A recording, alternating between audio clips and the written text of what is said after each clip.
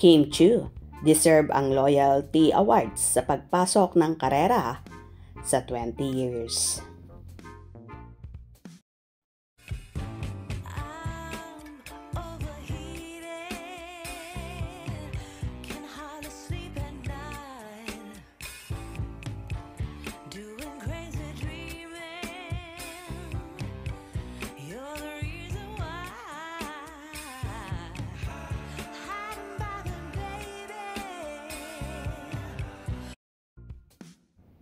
Asahan ang pagtanggap ni Kim Chiu ng isa sa pinaka-importanting award sa 2026. Ito ang award na sumasailalim sa pagtanaw ng utang na loob ni Kim sa kanyang management team, isang braso ng Ignacia Network.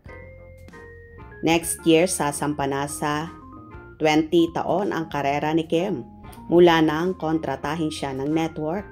Kaya naman ang parangal na matatanggap ni Kim ay Loyalty Award mula sa kanyang management sa loob ng 20 years. Ito ang naiisip ng ilang mga fanay sa kanilang expose. Excited na akong makita si Kim tumanggap ng 20 years na Loyalty Award sa Star Magic. Grabe, sa batch nila, sila lang nina Jay Cuenca, Gerald Anderson at Enchong D ang nakastraight ng 20 years na walang tenga sa mga projects. Deserve ang loyalty. Mula nang manalo sa isang reality show si Kim hanggang sa mabawian ng prangkisa ang Ignacia TV Network, hindi ito kumalas sa network. Lumaban naman ang karera ni Kim kahit walang prangkisa. Mas lalong nagningning ang karera nito at mas dumami pa ang fandom. Ang bilis ng panahon. Biruin mo, next year ay 20 years na si Kimi sa showbiz industry at hindi siya nawala sa limelight ng kanyang karera. Bagkos na mayagpag at umani ng iba't ibang awards at papuri. Kung noon, patwini-twini ang peg ni Chinita Princess, abang ngayon halos nang ginagawa niya ay matured at daring role na noon kinakabahan siya dahil akala niya sa sarili niya ay hindi niya kaya.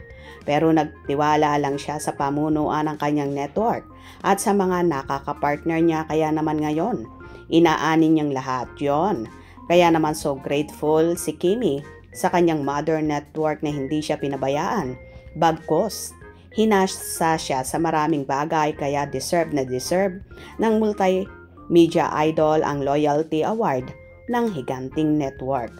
Excited na kami para dyan at for sure, lalong higit na excited si Kimi kaya abang-abang pa tayo sa marami pang ganap, lalong higit sa Kim Pao Tandem.